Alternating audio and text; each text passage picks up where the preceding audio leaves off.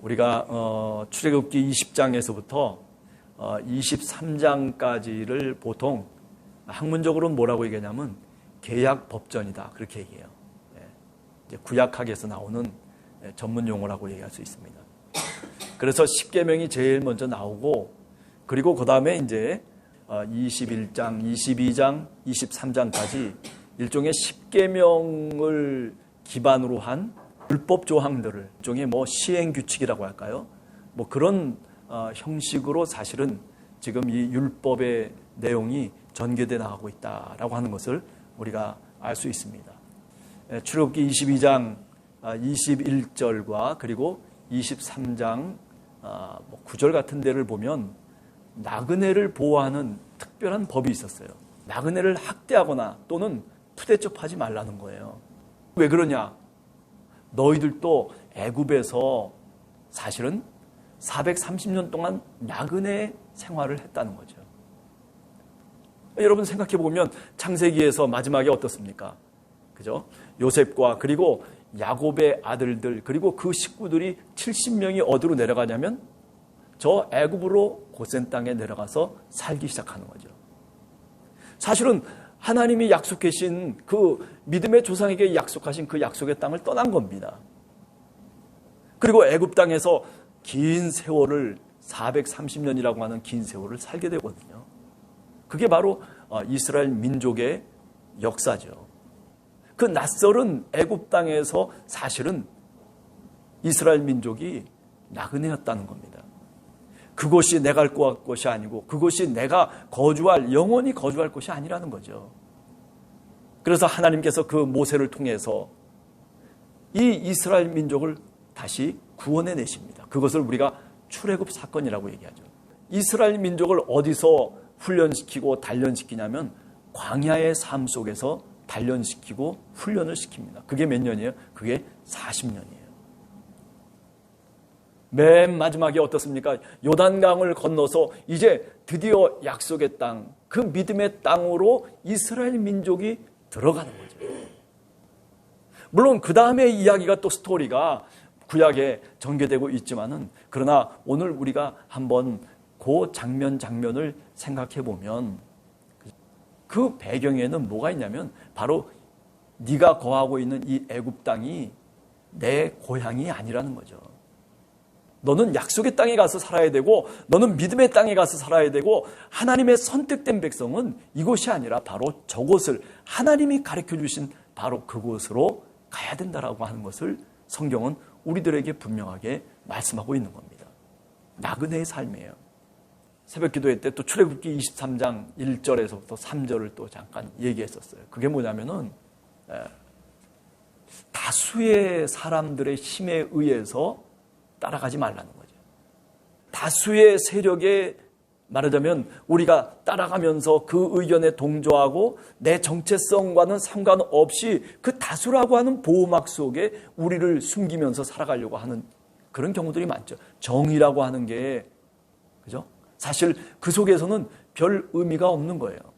다수를 따라서 악을 행하지 말며 다수를 따라서 부당한 증언을 하지 말며, 그죠?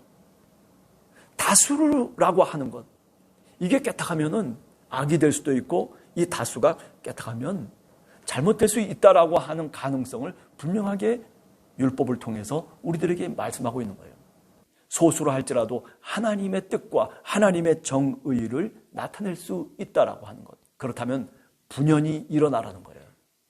그게 바로 오늘 이 율법의 정신이라고 그렇게 말씀드릴 수가 있는 거죠. 오늘 우리가 수많은 SNS라든지 많은 인터넷 통신들을 통해 가지고 그래가지고 얼마나 많은 진실이 왜곡되어지고 그리고 무엇이 사실인지 팩트 자체도 사실은 알 수 없는 그런 루머 속에 살아가는 오늘의 현대 사회 속으로 우리가 한번 생각해 보면, 그죠? 이 말의 뜻이 굉장히 의미가 있다라고 생각합니다. 이스라엘의 큰 절기라고 얘기할 수 있는 무교병의 절기라고 하는 것은 보리를 수확해가지고 이제 그 수확에 대한 것들을 하나님 앞에 감사드리거든 그런 절기거든요. 그런데 이 무교병의 절기는 뭐냐면 유월절과 연관이 있습니다.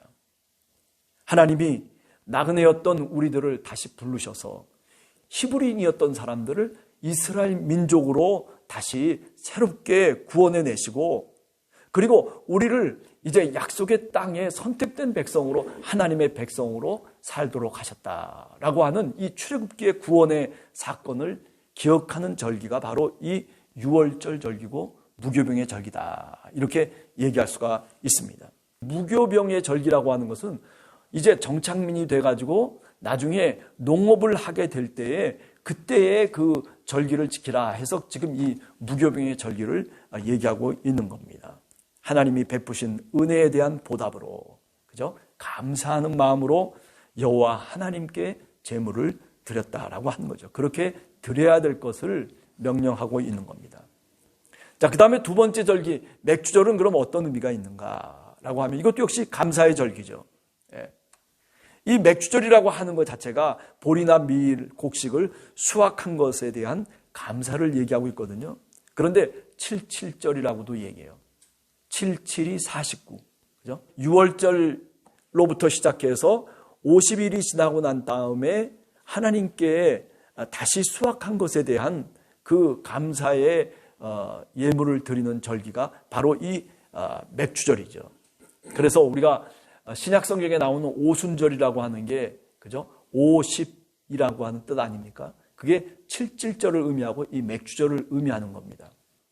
뭐 다 똑같은 감사의 절기지만은, 그러나 수장절을 뭐라고 또 부르냐면 장막절이라든지 아니면 초막절이라고 하는 말로 불러요.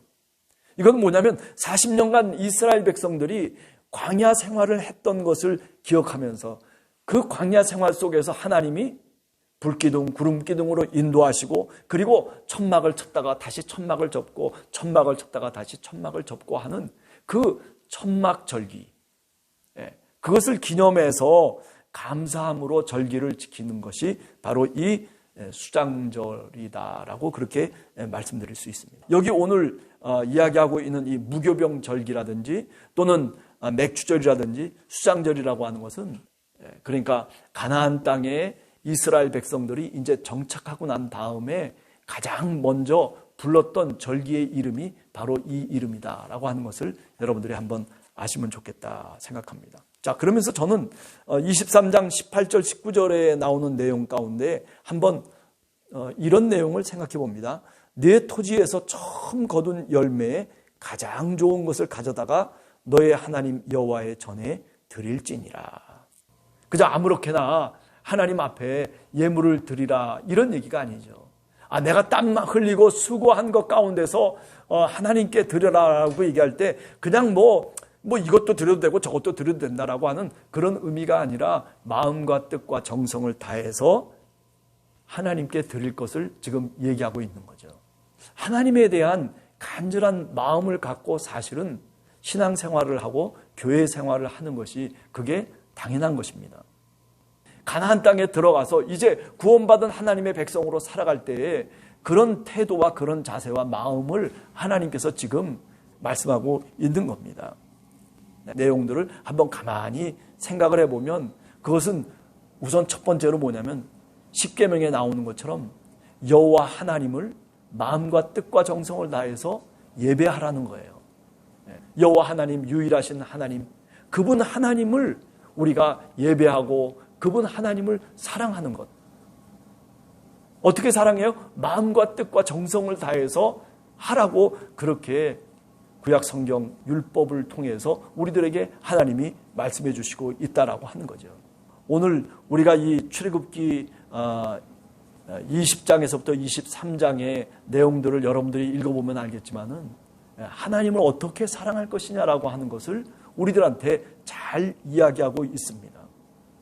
어떻게 해야지 하나님과 올바른 관계를 맺고 어떻게 해야지 우리가 분명히 하나님을 사랑할 수 있느냐라고 하는 것에 대한 그 지침서가 사실은 오늘 20장에서부터 23장에 나오는 계명들이다라고 그렇게 우리가 얘기할 수 있는 겁니다.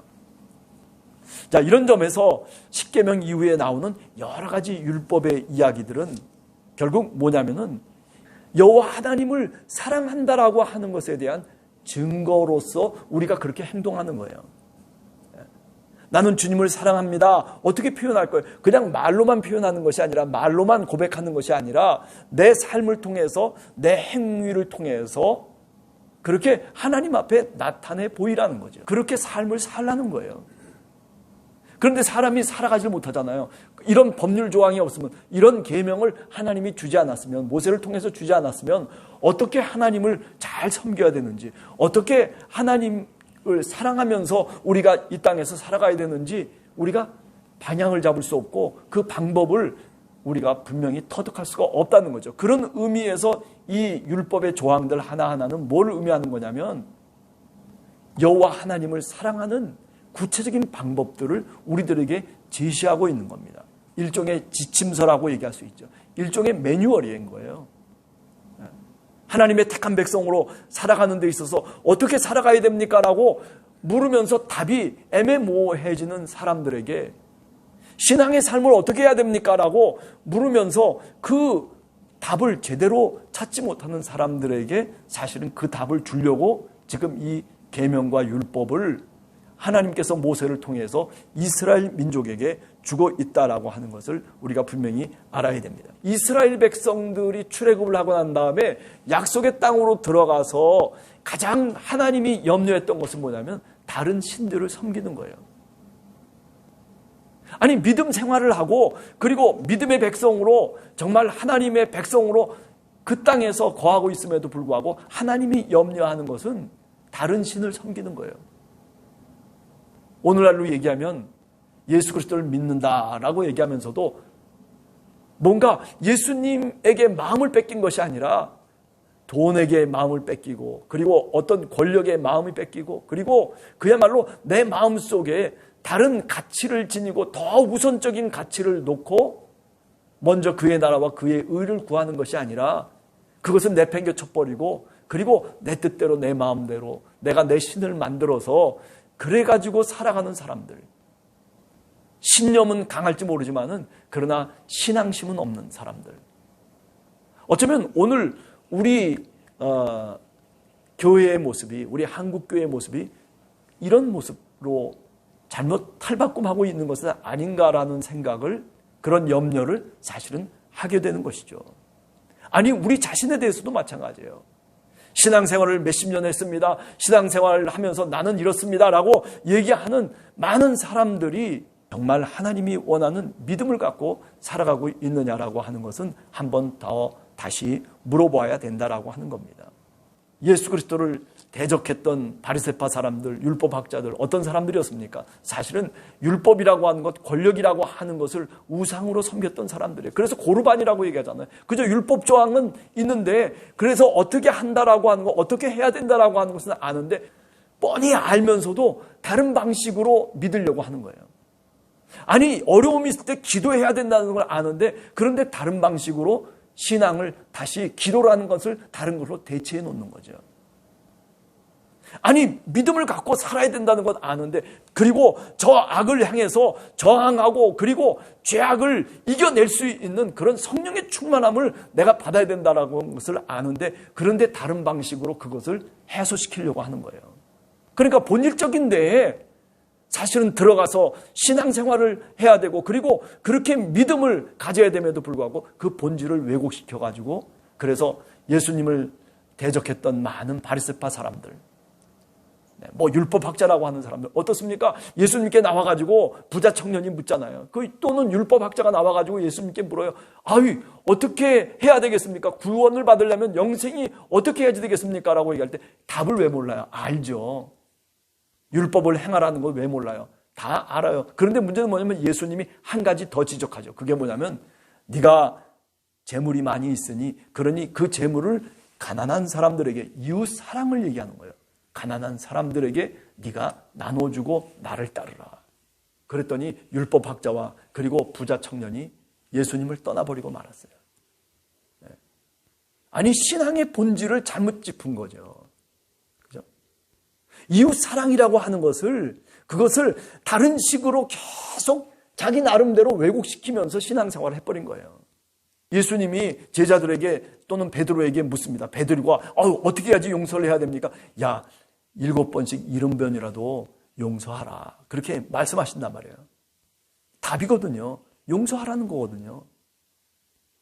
그런데 우리는 이 핑계 저 핑계를 대면서 민기적거리고 그리고 다른 방식으로 그 말씀을 다르게 말하자면 사용할 때가 많이 있다는 거죠. 신앙생활 어떻게 해야 됩니까? 답이 나와 있어요. 그런데도 불구하고 그 답을 회피하려고 하잖아요. 왜? 나는 이렇기 때문에, 나는 저렇기 때문에. 예수님이 그런 비유를 말씀하셨어요. 아니, 초대받은 사람을 초대해서 큰 잔치를 벌여놨는데, 그런데 초청장을 보냈더니 아무도 안 오는 거예요. 와야 될 사람이 안 오는 거예요. 마땅히 정말 이곳에 와서 예수님을 만나고 신앙생활을 하고 그리고 기쁨과 행복을 느껴야 될 사람이 저 사람인데도 불구하고 저 사람은 거절하고 있는 거예요. 그래서 주인이 어떻게 합니까? 주인이 그 종을 데리고 와서 다시 얘기합니다. 그러면 저 밖에 나가서 저 이방인들을 데리고 와라. 저 다른 떠돌이 나그네와 같은 거지와 같은 사람들, 병자들을 끌고 오라는 거예요. 하나님이 그런 은총과 은혜를 주셨음에도 불구하고 내가 마땅히 지금 어려운 환경 속에서 정말 믿음을 갖고 살아야 됨에도 불구하고, 그런데 그게 주님이 초대하고 있는데도 불구하고 수고하고 무거운 짐진 자들아 다 내게로 오라, 내가 너희를 쉬게 하겠다라고 그렇게 초대하고 계시는데도 불구하고, 그런데 나는 내 자존심, 나는 내 고집, 나는 내 핑계를 대고 그것을 거절하고 있는 거예요. 얼마나 안타깝습니까? 그래서 결국 그 잔치는 어떻게 됐어요? 초대받은 사람들로 이루어진 잔치가 아니라 초대받지 않은 사람들, 저 길거리에 마구 떠돌아다니는 그 사람들을, 절름발이와 그리고 바보들과 멍청한 사람들을 끌어다가 다 그 잔치 자리를 메꾸는 일들이 벌어지게 된 거예요. 이게 예수님이 비유로 말씀하신 것 아니겠어요? 지금 오늘 이 율법의 말씀을 우리가 다시 한번 구약의 말씀을 읽어가면서 우리는 종종 이렇게 여러 가지 생각들을 하게 됩니다. 오늘 또 정말 구원이 필요한 주님의 백성이 있는 거죠. 아니, 주님께서 초대장을 보내고 있는 주님의 백성이 있음에도 불구하고, 그런데 그 초대장을 거부하고 있는 그런 분들이 사실은 오늘 우리 주변에 얼마나 많은지 몰라요. 어떡하겠어요, 그거를. 그죠? 그러니까 어떻게 보면 예수님께서 그렇게 비유로 말씀하신 것은, 그것은 뭐 이렇게 채워라, 뭐 그래서 절름발이가 왔고 그리고 뭐 거지가 와서 그 잔치를 채웠다라고 하는 그런 의미도 있겠지만은, 그러나 그 속에는 안타까움이 들어가 있는 거예요. 초대한 사람들이 초대받지 못하고 있는 구원의 자리. 어쩌면 우리들도 안타까움을 갖고 사실은 우리가 우리 주변에 있는 이웃들을 바라다 봐야 된다는 것입니다. 이 구약의 말씀, 이 율법의 말씀을 읽어보면서 단지 이렇게 하라, 저렇게 하지 말라, 뭐 이런 내용만 이것 속에 있는 것이 결코 아니라 이 율법의 정신이 뭐냐라고 하는 것을 우리가 다시 깨달으면 딱 두 가지예요. 여호와를 사랑하고 그리고 내 이웃을 사랑하는 것이에요. 거기에는 어떤 핑계와 어떤 다른 이유를 댈 만한 것이 사실은 없어요. 이렇게 한번 여호와를 사랑해봐라. 하나님이 원하시는 것은 이렇게 신앙생활을 하는 거야, 이렇게 교회생활을 하는 거야 하고 우리들에게 이렇게 매뉴얼을 만들어 주신 것이 바로 이 율법이다라고 하는 이야기를 통해서 다시 한번 율법의 정신을 우리가 마음속에 깨닫게 됩니다. 이제 한 주간을 저희들이 살아가면서 지금까지 말씀드린 뭐 여러 가지 복잡한 이야기를 떠나서 정말 이 구약의 율법이 단순히 하라 또는 하지 말라라고 하는 이런 명령법으로만 우리가 이해하지 말고, 이 명령법이 아니라 오히려 직설법, 다시 말하면 우리를 설득하고 있다는 거예요. 이렇게 해야 됩니다. 이렇게 해야지 정말 하나님을 사랑할 수 있습니다. 이렇게 해야지 정말 이웃을 사랑할 수 있는 겁니다. 간구형, 우리가 보통 간구형이라고 얘기하는데 그렇게 설득하고 간구하고 그렇게 간절하게 우리들에게 요구하고 있는 거예요. 그러니까 구약 성경을 읽으면서도 우리는 종종 뭐 이렇게 하라 하지 말라, 뭐 왜 이렇게 이런 얘기가 이렇게 많을까? 이건 뭐야 도대체? 그게 아니라 우리가 하도 지멋대로 살기 때문에 이렇게 지침과 매뉴얼을 하나님이 이스라엘 민족에게 이렇게 남겨주신 거예요. 그렇죠? 오늘 우리들도 신앙생활하면서 어떤 때는요, 사실은 답을 찾지 못할 때가 있어요. 그럴 때는 어떻게 해야 돼요? 바로 이 매뉴얼을 한번 봐야 돼요. 하나님의 말씀의 매뉴얼을 쭉 읽어보면서, 그러면서 우리는 내 삶의 어떤 어려운 문제에 대한 답을 우리가 찾을 수가 있어요. 아니, 그렇게 답을 찾으면 인생이 풍요로워질 수 있는 겁니다. 그런 여러분과 우리 함께하는 교회 성도들 모두가 되기를